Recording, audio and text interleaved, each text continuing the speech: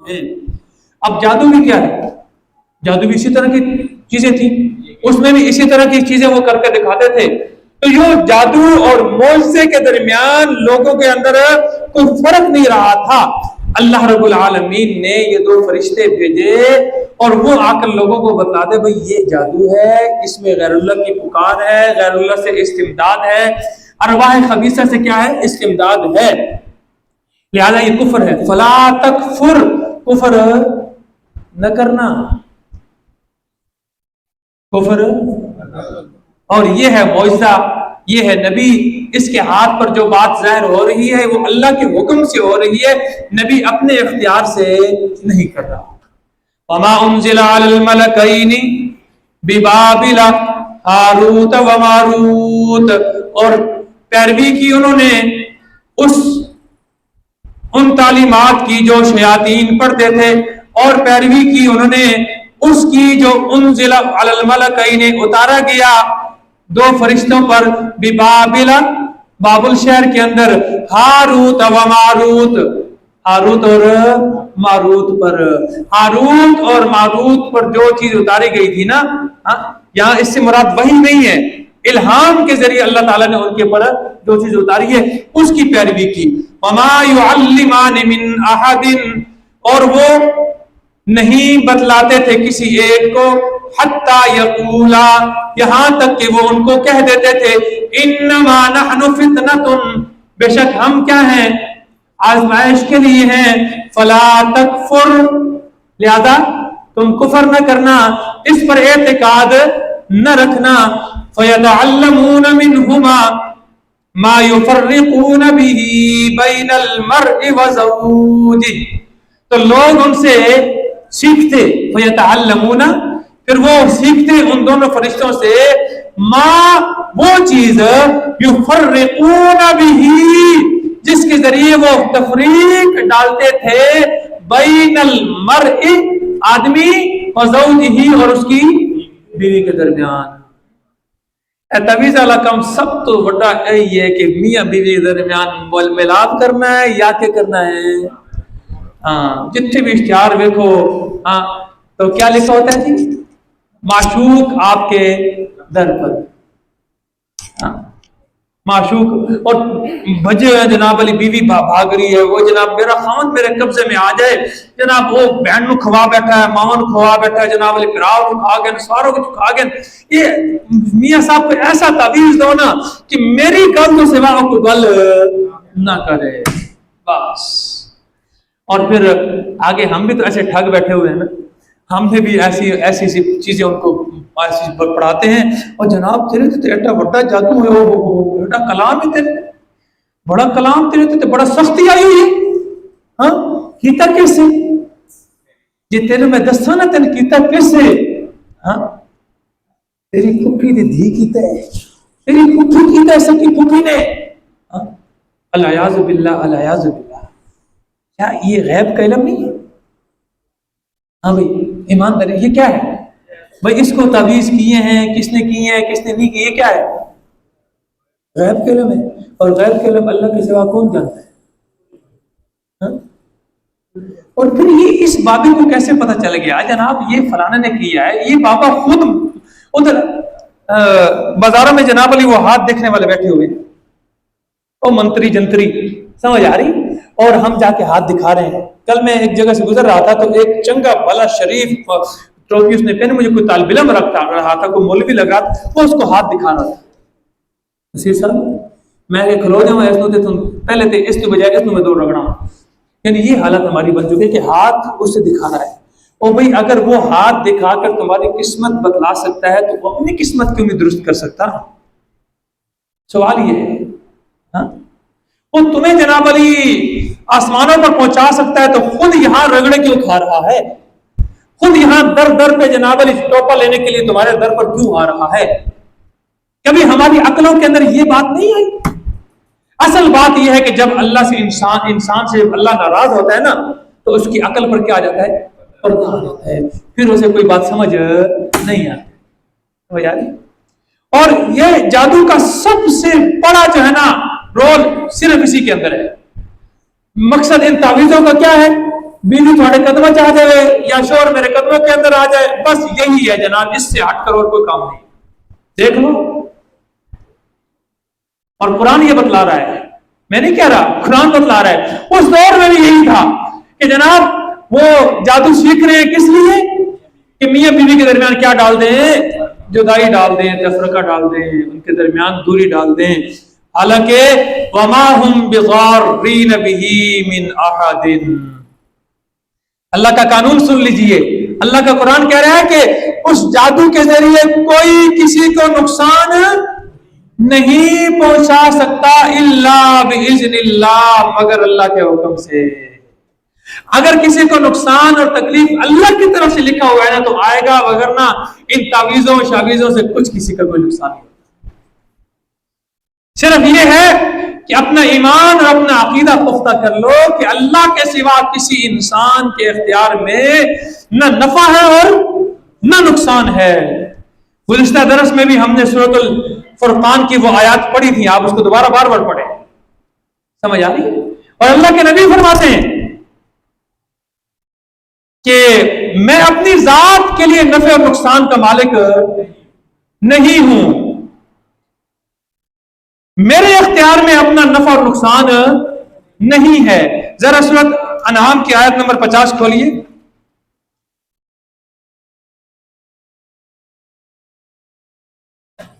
صفحہ نمبر 316۔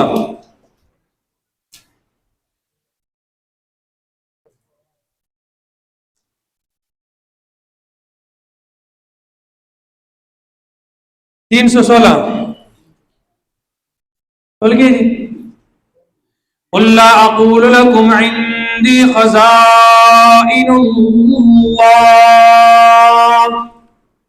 میرے پیغمبر آپ اعلان کر کے کہہ دیجئے، لا اقول لکم، میں تمہیں یہ نہیں کہتا، عندی خزائن اللہ، کہ میرے پاس اللہ کے خزانے ہیں، ولا اعلم الغیب، اور نہ میں غیب نہیں جانتا، ولا اقول لکم انی ملک، اور نہ میں تمہیں یہ کہتا ہوں کہ میں فرشتہ ہوں، ان اتبع الا ما یوحى الی، میں تو پیروی کرتا ہوں اس حکم کی، اس وحی کی جو میری طرف اللہ کی طرف سے کی جاتی ہے۔ قل، میرے پیغمبر آپ فرما دیجئے، هل يستوي الاعمى والبصير، کیا اندھا اور دیکھنے والا برابر ہو سکتا ہے؟ اندھا کافر ہے، دیکھنے والا مومن ہے۔ یہاں اندھے اور کافر سے مراد کیا مومن اور کافر؟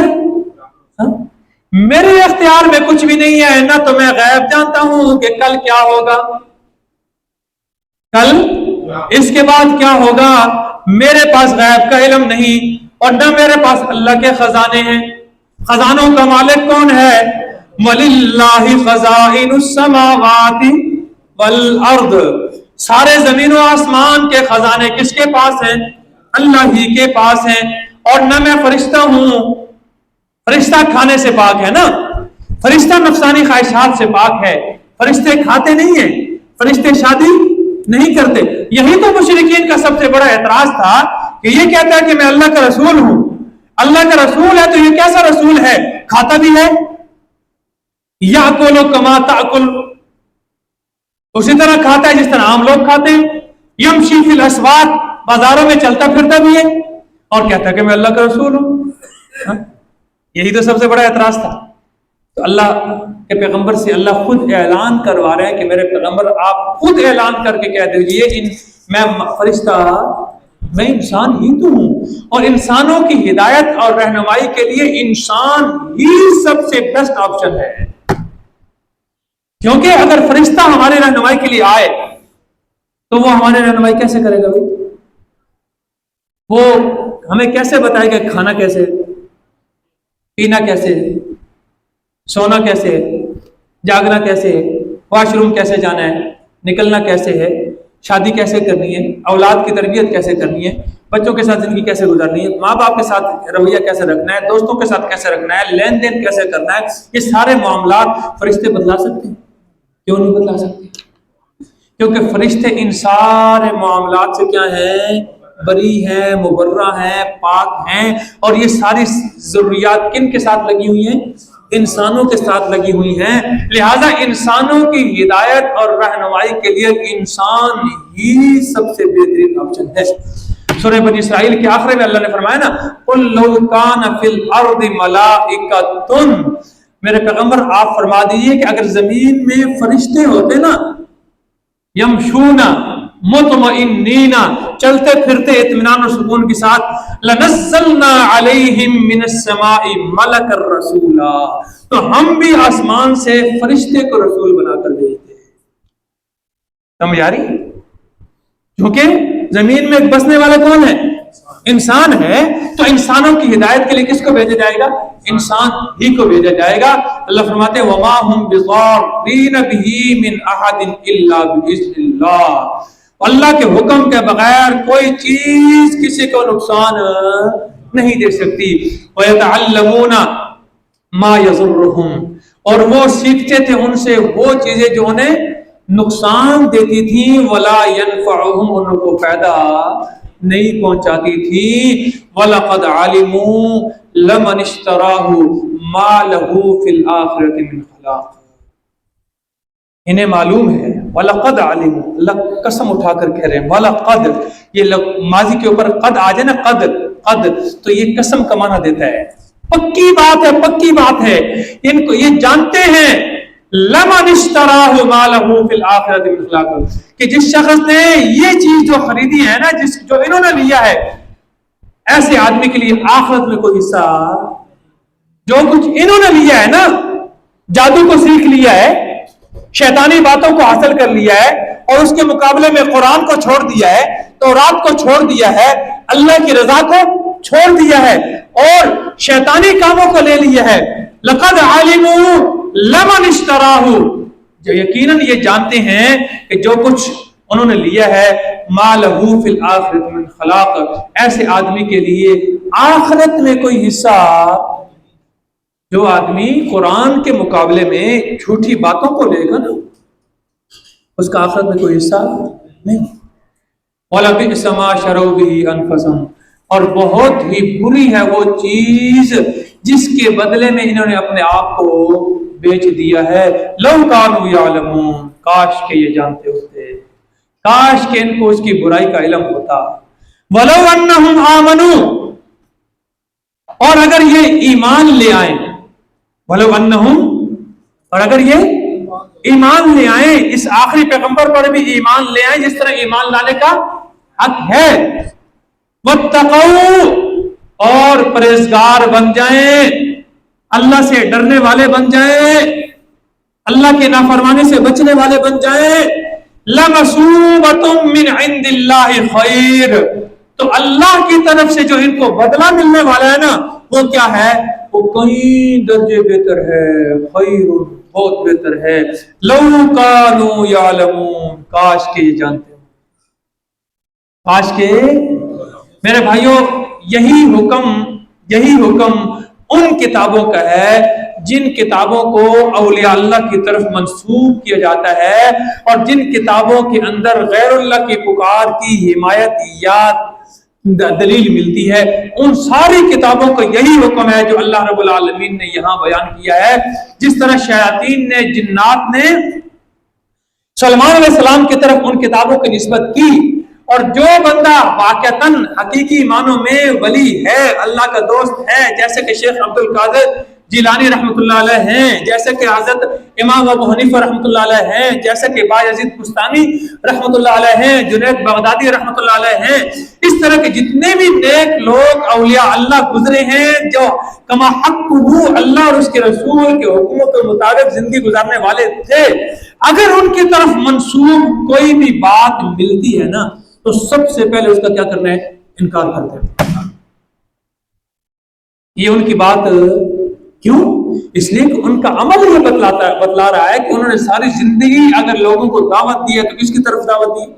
اللہ کی توحید کی دعوت دی ہے، انہوں نے پوری زندگی اپنی اسی میں کھپائی ہے، اور آج تم یہ کتابیں نکال کر لا رہے ہو، اس کتاب کا اس رس گیا. کیوں؟ اس لیے کہ اس کتاب پر ایمان لانا کوئی ضروری ہے، کیونکہ میں اور آپ کسی ولی کے تابع، شریعت کسی ولی کے تابع نہیں ہے، شریعت کسی نبی کے تابع بھی نہیں ہے. شریعت کس کے تابع ہے؟ نبی بھی اللہ کے تابع ہے، ولی بھی کس کے تابع ہے؟ اللہ کے تابع ہے. اور ہر انسان، ہر مخلوق کس کے تابع ہے؟ اللہ کے حکم کے تابع ہے. اور کوئی حکم، کوئی بات اللہ کے قرآن کے خلاف ملتی ہے نا، تو اس پر ایمان لانا ہمارا کیا ہے؟ ہمارے لیے اس پر ضروری ہے. اس کا انکار کرنا کیا ہے؟ ضروری ہے. یا ایھا الذین آمنوا لا تقولوا راعنا، اے ایمان والو راعنا مت کہو، وقولوا انظرنا، اور تم کہو انظرنا کہو، واسمعوا، اور سنو، وللکافرین عذاب علیم، اور کافروں کے لیے دردناک عذاب ہے. یہودیوں کے شبہات اور اعتراضات کا جواب ہو چکا. اس جواب کے بعد اب آگے اللہ تعالیٰ ان کی ایک اور شرارت کا ذکر فرما رہے ہیں. اسلام کے دشمن ہیں، ہمیشہ سے انہوں نے اسلام کو ختم کرنے کی، اسلام کو تباہ کرنے کی، اسلام کو نقصان پہنچانے کی سازشیں کی ہیں. تو یہاں ایک اور سازش کی ہے. انہوں نے دیکھا کہ ہم مسلمانوں کے درمیان کھلے عام شرک داخل نہیں کر سکتے، جو اس وقت کے مسلمان تھے. آج کے مسلمانوں سے گل نہیں کر دیتے، آج تو بڑا آسان ہے، آج بڑا آسان ہے. آج جناب کچھ گھنگرو شگرو ڈال لو، کچھ جناب علی چولے چھولے پا لو، تو جناب علی اتنے بہ جاؤ، لاسانی بن جاؤ تو کدی کی بن جاؤ تو کدی کی بن جاؤ. حالانکہ لاسانی کون ہے؟ کہ کبھی ہم نے سوچا ہی نہیں، قرآن پڑھا ہی نہیں نا. لیسا کمثلہ شیء، لیسا، بولو نہیں یار، قرآن کی آیت ہے، ایک حرف پر 10 نیکیاں ہیں. قرآن کہتا ہے لیسا کمثلہ شیء، 25واں پارہ ہے، اس کی مثل کوئی نہیں. اب کسی انسان کے متعلق یہ کہو کہ یہ لاسانی ہے، تو لاسانی کا مطلب کیا ہے؟ اس کا ثانی، تو یہ اس کو کیا بنا دیا؟ اور سوچتے نہیں ہو یار، بولتے پھر اس کو اللہ کے برابر کر دیا. ایک اللہ کی ذات لاسانی ہے اور یہ بندہ بھی کیا ہو گیا؟ کبھی ہم نے سوچا ہی نہیں کہ کیا کر رہا ہوں، کیا نہیں کر رہا.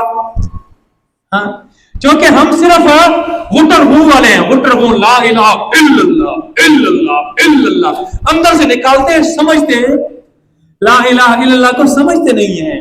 اگر سمجھتے ہوتے نا تو پھر میرے نبی نے پہلے دن صفا کی پہاڑی پر جب چڑھ کر یہ خطبہ دیا تھا اور لوگوں کو بلا کر انہیں پیغام دیا تھا، قولوا لا الہ الا اللہ تفلحوا، لا الہ الا اللہ پڑھ لو کامیاب ہو جاؤ گے. تو کیا انہوں نے مان لیا تھا؟ مخالفت کی تھی، پتھر مارے تھے. ہاں، جو چند لمحے میں، بات لمبی ہے اس کو میں دوبارہ نہیں دہرانا چاہتا، پہلے بھی کئی دفعہ دہرا چکا ہوں. چند لمحے پہلے جو آپ کو صادق اور امین کا خطاب دے رہے تھے، اگلے ہی لمحے جیسے ہی کلمہ ان کے سامنے پیش کیا تو فوراً کیا ہو گئے؟ تبدیل ہو گئے. فوراً آپ کو گالیاں شروع کر دی، آپ کی مخالفت شروع کر دی. کیوں؟ اس لیے کہ عربی ان کی اپنی زبان تھی. انہیں پتا تھا کہ لا کا مطلب کیا ہے، الہ کا مطلب کیا ہے، اللہ کا مطلب کیا ہے، اور اللہ کا مطلب کیا ہے. انہیں پتا تھا کہ لا الہ الا اللہ پڑھنے کا مطلب یہ ہے کہ لات، منات، عزا، ہبل یہ کچھ نہیں کر سکتے. اگر سارا اختیار ہے تو کس کے پاس ہے؟ سمجھ آئی؟ اس لیے انہوں نے مخالفت کر دی. اب یہودیوں کو پتا ہے کہ ہم مسلمانوں کے درمیان، یہ جو مسلمان ہیں صحابہ کرام، ان کے اندر شرک داخل، لہذا انہوں نے ایسے الفاظ شروع کر دیے جو موہم شرک تھے، جن کے اندر شرک کا وہم پایا جاتا تھا، شرک کا شبہ پایا جاتا تھا. کیسے؟ وہ یہ ہے کہ مسلمان نبی اکرم صلی اللہ علیہ وسلم کی محفل میں جب اللہ کے نبی ان سے کوئی واعظ و نصیحت کر رہے ہوتے نا، جب قرآن سنا رہے ہوتے تو اگر کسی کو کوئی بات سمجھ نہ آتی تو مسلمان کہتے راعنا، اے ہمارے نبی ہماری رعایت کیجیے۔ راعنا کا ایک مطلب کیا ہے؟ یہ صاحب کے مطلب ہے تھکتے نہیں گئے، راعنا ہماری کیا کیجیے؟ رعایت کیجیے، یہ مطلب، یعنی ہمارا ساڑھا خیال کرو، مطلب یہ ہے کہ دوبارہ یہ بات دوہرا جائے۔ اب یہودیوں نے جب دیکھا نا کہ یہ بات مسلمان کہہ رہے ہیں تو اس لفظ کا ایک دوسرا مطلب بھی ہے، راعنا ہمارے نگہبان، ہمارے نگران، اور یہ اگر کہیں اللہ کے سوا کسی اور کو نگران نگہبان، یہ کیا ہے؟ یہ شرک ہے۔ یہ کیا ہے؟ یہ شرک ہے۔ تو اللہ رب العالمین نے مسلمانوں کو منع کر دیا، خبردار تم نے راعنا کہنا ہی نہیں، تم راعنا کی وجہ کیا کہو؟ انظرنا، ایسا لفظ کہو جس کے اندر شک کا شرک کا وہاں بھی ختم ہو جائے، وہاں بھی نہ ہو۔ سمجھ آ رہی؟ اس لیے میرے بھائیوں یہ اس آیت سے یہ حکم مستنبط ہوتا ہے کہ کوئی جملہ ہماری زبان سے ایسا نہ نکلے جس کے اندر کیا پیدا ہو؟ شرک کا شبہ پیدا ہو۔ اسی لیے تو قبرستان میں جا کر آپ جا رہے ہیں اپنے والد صاحب کی دعا کے لیے، استاد کی دعا کے لیے، بہن بھائی کی دعا کے لیے، کسی کی دعا کے لیے بھی جاتے ہیں تو وہاں حکم یہ ہے کہ قبر اپنی قبر کے پیچھے رکھو اور قبلہ رخ ہو کر دعا کرو، تاکہ دیکھنے والے کے کوئی بندہ یہ شبہ بھی اس کے اندر نہ پیدا ہو کہ یہ میت سے مانگ رہا ہے۔ وہاں دعا کرنے کا طریقہ کیا ہے کہ جس کے لیے دعا کرنی ہے اس کی قبر اپنی پیٹھ پیچھے کرو اور رخ کس طرف ہو؟ قبلہ کی طرف ہو، اور وہاں اللہ سے دعا کرو، تاکہ کسی کے اندر آپ بزرگان دین کی قبروں پر بھی جا سکتے ہیں، اگر باقاعدہ سفر کر کے کثرت سے نہیں جا سکتے، ہاں جا رہے تھے، ادھر ہو رہا تھا، آپ نے کہا چلو جی یہاں اللہ کا دوست، اللہ کا ولی ہے، مدفون ہے، چلا جاتا ہوں اس کی قبر کی زیارت کرتا ہوں، اللہ سے دعا کرتا ہوں اس کے لیے کہ اللہ اس کے درجات بلند کر دے۔ سمجھ آ رہی؟ تو وہاں بھی کیا ہے؟ وہاں بھی حکم یہ ہے کہ ان کی قبر اپنی قبر کے پیچھے اور قبلہ رخ کھڑے ہو کر اللہ سے دعا کریں۔ سمجھ آ رہی؟ یا ایھا الذین آمنوا، اے ایمان والو، لا تقولوا راعنا، راعنا نہ کہو، وقولوا اور کہو انظرنا کہ ہماری طرف دیکھیے۔ اس کا مطلب کیا ہے؟ ہماری طرف دیکھیے، بلکہ واسمعوا، اصل بات یہ ہے کہ پہلے ہی توجہ سے سنو، تمہیں یہ کہنے کی ضرورت ہی نہ پڑے کیوں میرے نبی کو تکلیف دیتے ہو۔ وَلِلْكَافِرِينَ عَذَابٌ عَلِيمٌ، اور یہ جو کافر ہے نا ان کے لیے بڑا دردناک عذاب ہے۔ ایک اس آیت کا یہ مفہوم ہے۔ دوسرا مفہوم اس کا یہ بھی ہے کہ راعنا کا، مسلمان تو راعنا کہتے تھے، ہمارے رعایت کیجیے۔ یہودی جو ہے نا اس لفظ کو تھوڑا لیم بِأَلْسِنَتِهِمْ، زبان کو مروڑ کرنا راعینا بولتے تھے۔ کیا بولتے تھے جی؟ راعینا۔